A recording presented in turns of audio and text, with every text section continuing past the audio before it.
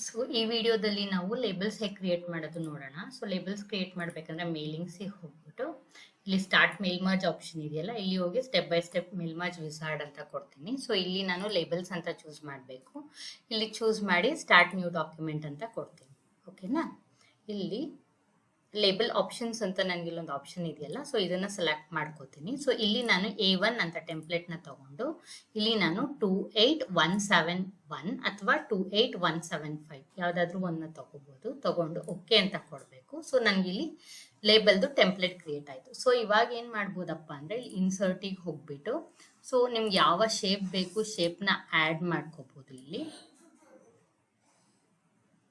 Okay, ಇದನ್ನ align ಮಾಡ್ಕೋಬಹುದು. So ಇದಕ್ಕೆ ಬ್ಯಾಕ್ ಗ್ರೌಂಡ್ ನಿಮಗೆ ಬೇಕಂದ್ರೆ ಗ್ರೇಡಿಯಂಟ್ ಫಿಲ್ ಆ ತರ ಫಿಲ್ ನ ಆಡ್ ಮಾಡ್ಕೋಬಹುದು. ಸೊ ರೈಟ್ ಕ್ಲಿಕ್ ಮಾಡಿ ಆಡ್ ಟೆಕ್ಸ್ಟ್ ಅಂದ್ರೆ ನನಗೆ ಈ ಟೆಕ್ಸ್ಟ್ ನ ಆಡ್ ಮಾಡೋದಕ್ಕೆ ಆಪ್ಷನ್ ಕೊಡುತ್ತೆ. ಓಕೆ,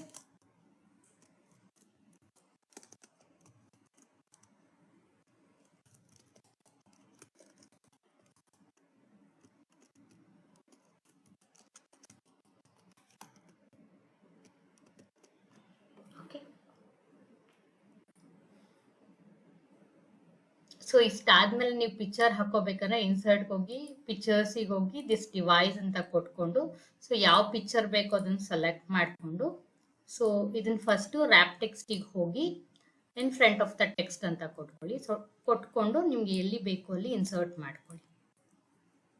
ಓಕೆ, ಸೊ ಆಮೇಲೆ ಈ ಟೆಕ್ಸ್ಟ್ ಅಲೈನ್ಮೆಂಟ್ ಏನಿದೆ, ಫಾಂಟ್ ಯಾವ್ದಿದೆ ನಿಮ್ಗೆ ಹೇಗ್ ಬೇಕು ಆ ರೀತಿ ಕೊಟ್ಕೋಬಹುದು.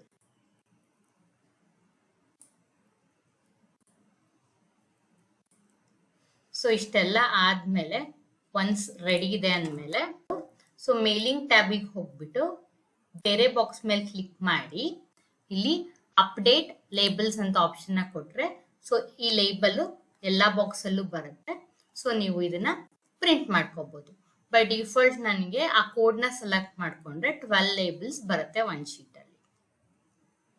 Thank you for watching.